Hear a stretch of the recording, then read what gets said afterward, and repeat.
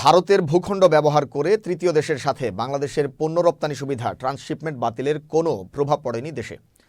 ভারত সরকারের সিদ্ধান্তের পরও পঞ্চগড়ের 4 দেশীয় বাংলাবান্ধা স্থলবন্দর দিয়ে চলছে পণ্য আমদানি রপ্তানি। বন্দর সংশ্লিষ্ট সকল কার্যক্রম স্বাভাবিক বলে জানিয়েছে বন্দর কর্তৃপক্ষ সহ ব্যবসায়ীরা। প্রতিনিধি আব্দুর রৌফের পাঠানো তথ্য ও ভিডিও চিত্রে বিস্তারিত ডেস্ক রিপোর্টে। পঞ্চগড়ের বাংলাবান্ধা স্থলবন্দর দিয়ে সড়ক পথে বাংলাদেশ থেকে ভারত, নেপাল ও ভুটানের সাথে বাণিজ্যিক কার্যক্রম চলে আসছে দীর্ঘ কয়েক বছর ধরে। এই বন্দর দিয়ে ভারত ও ভুটান থেকে প্রচুর পরিমাণে পাথর আমদানি হয়, আর বাংলাদেশ থেকে ভারতের মাটি ব্যবহার করে পাট, আলুসহ বিভিন্ন নিত্য প্রয়োজনীয় পণ্য ভারতসহ নেপাল ও ভুটানে রপ্তানি হয়। সম্প্রতি ভারত সরকার ট্রান্সশিপমেন্ট সুবিধা প্রত্যাহার করে নেয়, তবে এর প্রভাব পড়েনি বন্দরে। हम लोग भूटान का ड्राइवर है जो गाड़ी लेके आता है। हम लोग भूटान से बॉर्डर लेके आता है, बांग्लाबांधा में आता है, घुस जाता है, अनलोड करके निकल जाता है।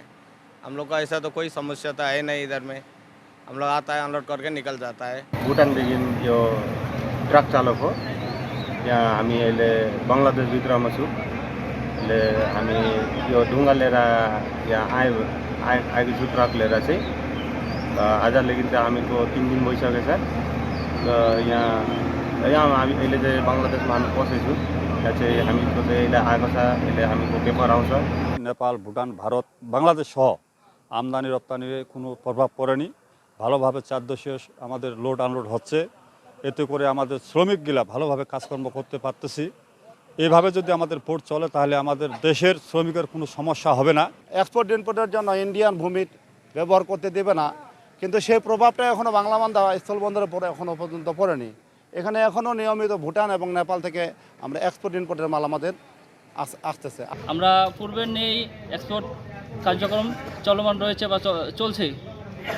এক্ষেত্রে বাংলাবান্ধায় কোনো প্রভাব পড়ে নাই। ভুটান, বাংলাদেশ, নেপালের মাল আসা যাওয়া কোনো সমস্যা নাই, সুন্দরভাবে যাওয়া আসা করছে। লোডিং আনলোডিংয়েও কোনো প্রবলেম নেই। দেশের একমাত্র চতুর্দশীয় স্থলবন্দর বাংলাবান্ধায় ভারত ট্রান্সশিপমেন্ট সুবিধা বাতিলের পরও বন্দরের আমদানি রপ্তানি কার্যক্রম স্বাভাবিক রয়েছে বলে জানিয়েছে বন্দর কর্তৃপক্ষ। আগের মতোই প্রতিদিনই নেপাল ও ভুটান থেকে আসছে বোল্ডার পাথর, সুগার, মোলাসিস, অর্গানিক পণ্য ও রংসহ অন্যান্য পণ্য।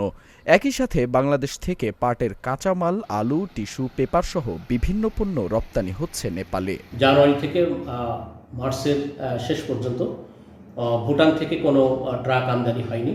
এটার কারণ ছিল যে ভুটান এবং ইন্ডিয়া তাদের মধ্যকার কিছু চার্জ সংক্রান্ত বিষয় নিয়ে আভ্যন্তরীণ কিছু সমস্যা ছিল, যে কারণে দীর্ঘ প্রায় 3 মাস ভুটানি কোনো পাথর এই বন্দর দিয়ে আমদানি হয়নি।